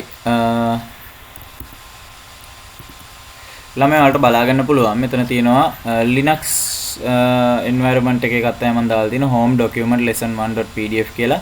එතකොට මේකෙදී ගොනු බහලුමින් පාත් එක දිගේ මෙහෙයුම් පද්ධතිය හොයාගෙන යනවා ගොනුව තියෙන ස්ථානයට. එතකොට බොහොම පහසුවෙන් කල්පනාකරණය කළා මේ ගොනුව මෙන්න මෙතන තියෙන්නේ කියලා අතපසු වීමකින් තොරව හරියටම ගිහලා හොයා ගන්න පුළුවන්.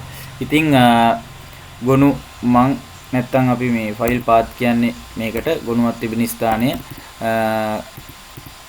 බහලුම ගිහිල්ලා අවසානයේ ගොනුව දක්වා ගමන් කිරීමේ ලිපිණය තමයි ෆයිල් පාත් එක කියන්නේ.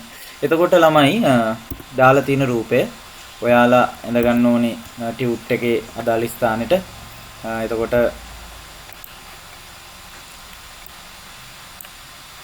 මෙන්න මෙතෙන්ට ඇඳ ගන්න ඕනේ. හරි. ඊට පස්සේ අපිට තියෙනවා type of file systems ගොනු පද්ධති වර්ග. ගොනු පද්ධති වර්ග ගත්තොත් මෙතන තියෙන්නේ බොහොම ටිකයි. තව ගොඩක් තියෙනවා. පරිණීයව ගොඩක් අඩුවෙන් දාලා තියෙන්නේ. ඔයාලගේ සිලබස් එක අප්ඩේට් කරපු හින්දා පරිණීයව දැන් භාවිත වෙන්නේ නැහැ. ප්‍රශ්න අහන්නේ නැහැ කියන සංකල්පයේ තියෙන හින්දා වර්තමානයේ භාවිත වෙන ටිකක් තමයි මෙතෙන්ට දැම්මේ. මුලින්ම file allocation table 32. file allocation table 32 කියන්නේ පරිගණකයක් තුළ ගොනු සංවිධානය කිරීම සඳහා යොදා ගන්න තවත් එක ගොනු පද්ධති වර්ගයක්. එතකොට මේක යොදා ගන්න උපාංග බැලුවොත් සැනලිදාවක pen drives වල මෙතන ලියා ගන්න සිංහලෙන් සැනලිදාවක memory cards කියන්නේ මතක cards පත් ඊළඟට old system කියන්නේ පැරණි පද්ධති කියන එක. එතනින් වැදගත් වෙන්නේ සැනලිදාවක සහ මතක card පත් වලදී පැත්තට භාවිත කරනවා කියන එක. එතකොට මේ මේ FAT32 වල විශේෂත්වය තමයි all file systems works with many devices but does not support very large individual files. ඒ කියන්නේ මෙතන තියෙනවා පොඩි සීමාවක්. ඒ සීමාව තමයි FAT32ට තියාගන්න පුළුවන් උපරිම තනි ෆයිල් එකක සයිස් එක වෙන්නේ GB 4ක් විතරයි. ඉතින් 4GB ෆයිල්ස් වලට වැඩිය විශාල ෆයිල්ස් මේ FAT32 වලින් ෆෝමැට් කරාට පස්සේ මේ පෙන් ඩ්‍රයිව් එකට දාන්න බෑ. right? ඒක මතක තියාගන්න ළමයි. ඒ වගේම මෙතන ලියන්න ඕනේ ඉංග්‍රීසි මීඩියම් ලියන්න. The maximum single file size is 4GB. Sinhala medium ලියන්න.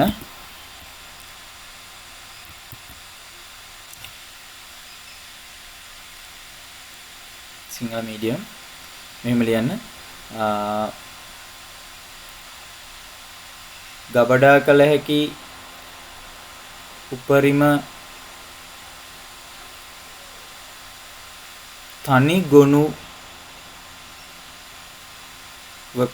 ගොනුවක ප්‍රමාණය වන්නේ GB 4කි. නැත්නම් 4යි GB කියලා දාන්න. GB 4කි. හරි. ඊළඟට expect කියන එක එකත් pen drives වල external drives වල පාවිච්චි කරනවා. මේක ගත්තොත් good for removable storage large files. ඒ කියන්නේ මේකේ විශාල ගොනු ප්‍රමාණ නිර්මාණය කරන්න පුළුවන්. අර 4GB දක්වා සීමා වෙන්නේ නැහැ තනි ගොනුවක ප්‍රමාණය. ඒක සරලව ගොත් ඉතින් මේ FAT32 වලදී 5GB game එකක ෆයිල් එකක් තියෙනවා වලට ඒක දාන්න බෑ pen එකේ. මොකද හේතුව 4GB වෙනකන් කොපි වෙලා එතනින් එහා නවතිනවා. right? ඉතින් ඒකෙදී අපි තේරුම් ගන්න ඕන අපිට ඒක දාන්න නම් අපිට සිද්ධ වෙනවා pen එක ෆෝමැට් කරගන්න මේ NTFS ඊළඟට තියෙන NTFS හරි expect වලින් හරි ෆෝමැට් කරගන්න වෙනවා. ඉවත් කළ හැකි ගබඩා උපාංග සහ විශාල ගොනු සඳහා තමයි මේ expect සුදුසු වෙන්නේ. ඊට පස්සේ අපි යනවා NTFS වලට. NTFS කියන්නේ Windows මෙහෙයුම් පද්ධතියට ගොඩක් සපෝට් කරන ගොනු පද්ධතියක්. Modern Windows file system with security permissions and large file support කරනවා මෙයාට. එතකොට මේ ආරක්ෂාව ඒ වගේම අවසර සහ විශාල ගොනු ආරක්ෂාව අවසර සහ විශාල ගොනු සහාය දැක්වීම සිද්ධ කරනවා මොන පරිසරයකටද Windows මෙහෙයුම් පද්ධතියට. එතකොට NTFS support කරන්නේ ප්‍රධාන වශයෙන් Windows මෙහෙයුම් පද්ධතියට. ඒ හින්දා ඒක Linux මෙහෙයුම් පද්ධතියට ගැලපෙන්නේ නැහැ. එතකොට Linux මෙහෙයුම් පද්ධතියක් නම් අපි ඉන්ස්ටෝල් කරන්න උදාහරණයකට Ubuntu නම් අපේ operating system එක අපි දාන්න කලින් Ubuntu ස්ථාපනය කරන්න කලින් ඉන්ස්ටෝල් කරන්න කලින් ext4 මේ ext4 කියන ෆයිල් සිස්ටම් එකෙන් ෆෝමැට් කරන්න ඕන ආකෘතිකරණය කරගන්න ඕන. එතකොට බොහොම පහසුවෙන් මේ operating system එක දාන්න පුළුවන්. Linux පද්ධතිය බහුලව භාවිත වන වේගවත් සහ විශ්වසනීය ගොනු පද්ධතියකි. right? ඊට පස්සේ මේ Apple පරිගණකවල ජංගම දුරකථන වල භාවිත වන ගොනු පද්ධතිය තියෙනවා APFS කියලා. එයාලා වෙනම සිස්ටම් එකක් එයාලා පවත්වාගෙන යනවා. අනිත් අයගේ යූස් කරන්නේ HFS+ කියන්නේ old Macs වල යූස් කරපු එකක්. ඒක දැන් යූස් වෙන්නේ නැහැ. ISO 9660 මේ CD වල යූස් වෙන එකක්. ඊට පස්සේ DVDs වලත් යූස් කරන්න පුළුවන්. ඊට පස්සේ මේ UDF කියන්නේ DVDs Blu-ray disc වල යූස් කරන ගොනු පද්ධතියක්. එතකොට මෙතන ගොනු පද්ධතිය සම්බන්ධයෙන් කරුණු දීලා තියෙනවා.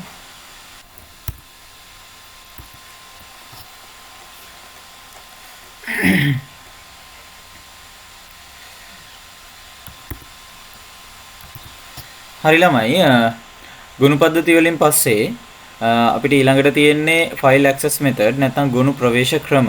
ඒ කියන්නේ කොහොමද ගොනුවක් වෙත අපි ප්‍රවේශ වෙන්නේ? පරිශීලකයේ විදිහට අපි කොහොමද ගොනුවක් වෙත ප්‍රවේශ වෙන්නේ කියන එක ගත්තොත් ඒක ක්‍රම දෙකකට අපිට හඳුනා ගන්න පුළුවන්. එකක් තමයි sequential access. ඒකට සිංහලෙන් ලියා ගන්න මෙන්න මෙතන උඩින් ලියා ගන්න. මෙන්න මෙතන උඩින් ලියා ගන්න. අනුක්‍රමික ප්‍රවේශය. අනුක්‍රමික ප්‍රවේශය. අනුක්‍රමික ප්‍රවේශය.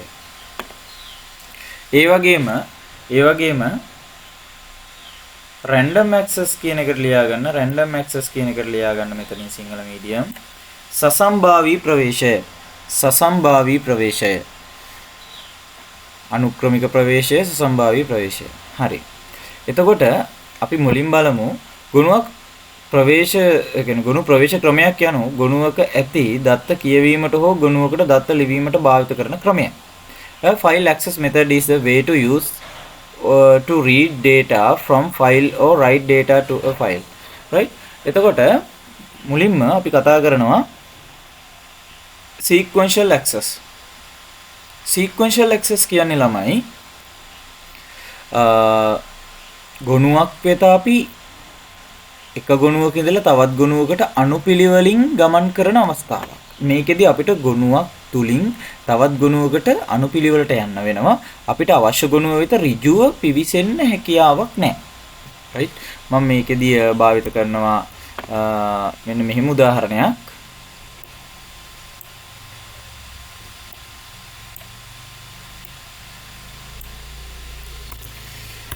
ඔයාලට බලා ගන්න පුළුවන්. මේ සඳහා හොඳම උදාහරණය තමයි මේ තියෙන්නේ. ඔයාලට බලා ගන්න පුළුවන් මේ තමයි මේ චුම්බක පටි. එතකොට චුම්බක පටි වල තියෙන ස්වභාවය තමයි දත්ත ගබඩා කරලා තියෙන අනුක්‍රමිකව. අපිට දත්ත කියවන්න වෙන්නේ එකින් එක. දත්ත ලියන්න වෙන්නේත් එකින් එක පටියේ අනුපිළිවෙලට ගිහිල්ලා. ඉතින් මේක අනුක්‍රමික ප්‍රවේශයේ තියෙන අවස්ථාවක්. එතෙන්දි වෙන්නේ ඔන්න හිතන්න අපි සින්දු ප්ලේ කරනවා කියලා සාමාන්‍යයෙන් අපි ගොඩාක් වෙලාට කැසට් පීස් ඉස්සර භාවිත කරේ සින්දු ඇතුළත් කරන්නනේ. ඉතින් ඔන්න පළවෙනි සින්දුව ඉඳලා අපිට පස්වෙනි සින්දුව දක්වා යන්න නම් අපිට සිද්ධ වෙනවා මේ සින්දු ඔක්කොම අනුපිළිවෙලින් පසු කරගෙන යන්න. එතකොට අපිට බෑ ඍජුව අවශ්‍ය ස්ථානයට ඍජුව ප්‍රවේශ වීමේ හැකියාවක් නැහැ. ඒක මතක තියාගන්න. එතකොට මෙතෙන්ට එකපාරට මෙහෙම පනින්න බෑ. එහෙම යන්න බෑ. අපිට සිද්ධ වෙනවා ගුණුවෙන් ගුණුව අනුපිළිවෙලට ප්‍රවේශ වෙලා අවශ්‍ය ස්ථානයට යන්න. මේ විදියට. ඉතින් මේක තමයි අනුක්‍රමික ප්‍රවේශය sequential access කියලා කියන්නේ. මේකට උදාහරණය තමයි ඔයාලා මතක තියාගන්න ඕනේ magnetic tapes. magnetic tapes චුම්බක පටි තමයි උදාහරණය අනුක්‍රමික ප්‍රවේශය සඳහා. හරි. ඊළඟට ඔයාලට බලා ගන්න පුළුවන් සසම්භාවී ප්‍රවේශය. සසම්භාවී ප්‍රවේශයේදී ඔයාලට මේ ඊතල වලින්ම දැක ගන්න පුළුවන් ළමයි අපිට අවශ්‍ය ගුණුව වෙද දැන් බලන්න එකේ ඉඳලා එකවර ගිහිල්ලා තියෙනවා දෙවෙනි අවස්ථාව විදිහට මෙන්න මේ ඉදිරියෙන් තියෙන ගුණුවක් වෙද. ඊට පස්සේ ආපස්සට ඇවිත් තියෙන තුන්වෙනි අවස්ථාව විදිහට. ඒ කියන්නේ කැමැති අවස්ථාවලදී කැමැති ගුණුවක් වෙත ඍජුව ප්‍රවේශ වෙන්න අපිට පුළුවන් මෙන්න මේ සසම්භාවී ප්‍රවේශයේදී. එතකොට මෙතන නෝට් එක තියෙනවා හරියට දාගන්න sequential access කියන එක ඉස්සරහින් ලියා ගන්න අනුක්‍රමික ප්‍රවේශය කියලා. මෙහෙම කියනවා අනුක්‍රමික ප්‍රවේශයේදී ගොනුව ආරම්භයේ සිට දත්ත වාර්තා නැත්නම් ගොනු එකින් එක පිළිවෙලට ප්‍රවේශ කරයි. අනුපිළිවෙලට තමයි ප්‍රවේශ වෙන්නේ. ඊට පස්සේ සසම්භාවී ප්‍රවේශය random access මෙතන ලියා ගන්න සසම්භාවී ප්‍රවේශය කියලා. ලියලා සිංහල මීඩියම් ළමයි ලියන්න. ඍජු ප්‍රවේශයේදී අවශ්‍ය ඕනෑම ගුණයකට කෙලින්ම ප්‍රවේශ විය හැකියි.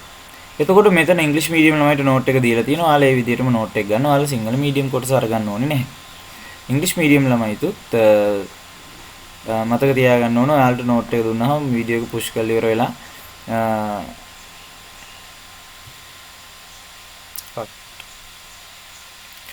හරි. ඊට පස්සේ අපිට තියෙනවා ආරක්ෂක කළමනාකරණය. ආරක්ෂක කළමනාකරණය කියන්නේ පස්වෙනි අවස්ථාව දැන් කළමනාකරණයන් වල අපි ඉගෙන ගන්න. ආරක්ෂක කළමනාකරණයේදී වෙන්නේ security management means protecting the computer system, files and user data from unauthorized access. It includes password, user accounts, permissions and protections from harmful software. ආරක්ෂක කළමනාකරණය යනු පරිගණක පද්ධතිය ගොනු සහ පරිශීලක දත්ත අවසර නොමැති ප්‍රවේශයන්ගෙන් ආරක්ෂා කිරීම. මුරපද පරිශීලක ගිණුම් අවසර සහ හානිකර මෘදුකාංග වලින් ආරක්ෂාව මේට ඇත්තේ. අවසර කියන ළමයි ගුණයක් වෙත ප්‍රවේශ වෙන්න ගුණයක තියෙන දේවල් මොනවද කරන්න පුළුවන් කියන එකේ අවසරය. උදාහරණයක් විදිහට රීඩ් කරන්න විතරයි නම් පුළුවන්. ඒකට එඩිට් කරන්න බෑ. ගුණය වෙනස් කරන්න බෑ. කියවන්න විතරයි පුළුවන්. ඒක තමයි මේ අවසර කියලා කියන්නේ. එතකොට මේ අපි මේකට මෙන්න මෙහෙම සටහනක් ගත්තොත්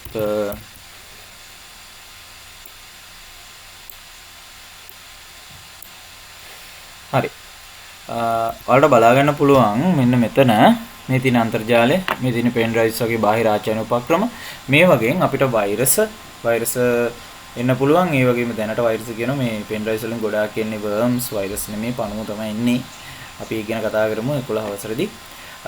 ඉන්ටර්නෙට් අන්තර්ජාලය හරහා අපිට unauthorized access වෛරස් වගේ දේවල් එන්න පුළුවන්. ඒ වගේම පෙන් ඩ්‍රයිව්ස් හරහා එන්නත් පුළුවන් පරිගණකයකට. එතකොට මෙහිම් පද්ධතිය සඳහා මේ සඳහා භාවිතා කරන උපයෝගිතා මෘදුකාංග තියෙනවා. මේ ගිනි පවුර වගේ උපයෝගිතා මෘදුකාංග භාවිත කරලා මේවට එන්න දෙන්නේ නැහැ. සහ මෙහිම් පද්ධතිය හැමතිස්සෙම තමන්ගේ පරිගණකයේ නිවැරදි ක්‍රියාකාරීත්වය සඳහා මේ උපයෝගිතා මෘදුකාංග භාවිත කරනවා. ඉතින් ඒ හින්දා පරිගණකය බොහොම පරිස්සමෙන් පවත්වා ගැනීමේ හැකියාව තියෙනවා ගිනි පවුර වගේ උපයෝගිතා මෘදුකාංග භාවිත කිරීමෙන්. එතකොට මේක අයත් වෙන්නේ මෙහිම් පද්ධතිය යටතට. මෙහිම් පද්ධතිය ආරක්ෂක කළමනාකරණය සඳහා භාවිතා කරන උපයෝගිතා මෘදුකාංග උපක්‍රමයක් තමයි මේ ෆයර්වෝල් එක කියලා කියන්නේ. එතකොට මේ firewall is a security method, right? You remember that this device used to protect our computer system, right? It is a utility software which controlled by the operating system. So operating system using that firewall kind of softwares to protect the computer system in logically, right? In logically, not physically. Operating system cannot protect the computer physically. It's only can protect in logically, right? තාර්කිකව විතරයි පරිගණකය ආරක්ෂා කරන්න පුළුවන්. මෙහිම පද්ධතියට physically ආරක්ෂා කරන්න බෑ. එතකොට හොරෙක් අරන් ගියොත් මෙහිම පද්ධතිය හොරෙක් අරන් ගියොත් කම්පියුටර් සිස්ටම් එක ඒක මෙහිම පද්ධතියට පරිස්සම් කරන්න පුළුවන් වැඩක් නෙමෙයි. එතකොට මෙන්න මේ ආරක්ෂක කල්පනාකරණයේදී මෙහිම පද්ධතිය කරන කාර්යයන් ගැන කතා කරත් පරිශීලක ගිණුම් සහ මුරපද කල්පනාකරණය කරනවා. පරිශීලක අවසර පාලනය කරනවා. ඊට පස්සේ අනවසර ප්‍රවේශයන්, ඒ කියන්නේ අපි කියනවා මේ අවසර නොමැති ප්‍රවේශයන් ඇතුල් වෙන්න හැදුවොත් ඒවා වළක්වනවා. ඒවෙන් ගොනු ආරක්ෂා කරගන්නවා. එයාලට ගොනු එක ප්‍රවේශ වෙන්න දෙන්නේ නැහැ. ඊළඟට හානිකර මෘදුකාංග වලින් පද්ධතිය ආරක්ෂා කිරීමට උපකාරී කරනවා. හානිකර මෘදුකාංග වලට තමයි ළමයි වෛරස් කියලා කිව්වේ. එතකොට in English, tasks done by operating system for the security management is manage user accounts, passwords, then control user permissions, right? How far user can go means the user permissions, right? ඊළඟට තියෙනවා protects files and data from unauthorized accesses.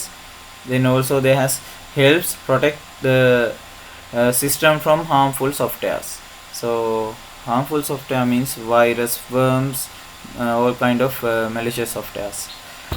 So these are the tasks done by the operating system to protect the system, right? In logically. අපි ඊළඟට යනවා පරිගණක ජාල කළමනාකරණයට, network management වලට. Network management means managing communication between computers and other hardware. Network management means managing communication between computers and other devices in the network. The operating system helps users share files, printers, internet connection and other resources, right? Between computers we can share these kind of resources with the network management by the operating system. ජාල කල්පනාකරණය යනු ජාලයක් තුළ පරිගණක සහ වෙනත් උපාංග අතර සංනිවේදන කල්පනාකරණය කිරීමයි. මෙහියුම් පද්ධතිය යනු මුද්‍රක අන්තර්ජාල සම්බන්ධතා සහ වෙනත් සම්පත් හුවමාරු කිරීමට උපකාරී කරයි. මෙහියුම් පද්ධතිය ගොනු මුද්‍රක අන්තර්ජාල සම්බන්ධතා සහ වෙනත් සම්පත් හුවමාරු කිරීමට උපකාරී කරයි කියලා කියනවා. එතකොට මෙතෙන්දි කරන කාර්යයන් වලට බලා ගන්න පුළුවන් ජාල සම්බන්ධතා කල්පනාකරණය කරනවා, පරිගණක අතර ගොනු සහ මුද්‍රක හුවමාරු කිරීමට ඉඩ ලබා දෙනවා, අන්තර්ජාල සම්බන්ධතා සැලසුම් කිරීම කල්පනාකරණය කරනවා. සැකසීම කළමනාකරණය කරනවා. එතකොට ජාල කළමනාකරණය කියන එක තැනින් අපිට මේ පරිගණකයේ දෘඩාංග කළමනාකරණය කියන එක අවසන් වෙනවා. මෙතනින් පස්සේ අපි ඉගෙන ගන්නේ අලුත් පාඩමක්. ඒ කොටස අපි ඊළඟ වීඩියෝ එකෙන් එහෙනම් කරමු. දුවේ පුතේ ඔයාලා හැමෝටම ස්තුතියි වීඩියෝ එක්ක රැඳිලා හිටියට. යම් අපහසුතාව මැද තමයි වීඩියෝ එක කරන්න උනේ. එතකොට යම් අඩුපාඩු ඇති. අපි ඒවා ඉදිරියේදී හරි ගස්ස ගමු. එහෙනම් බොහොම ස්තුතියි. ඊළඟ වීඩියෝ එකට සම්බන්ධ වෙන්න. Thank you.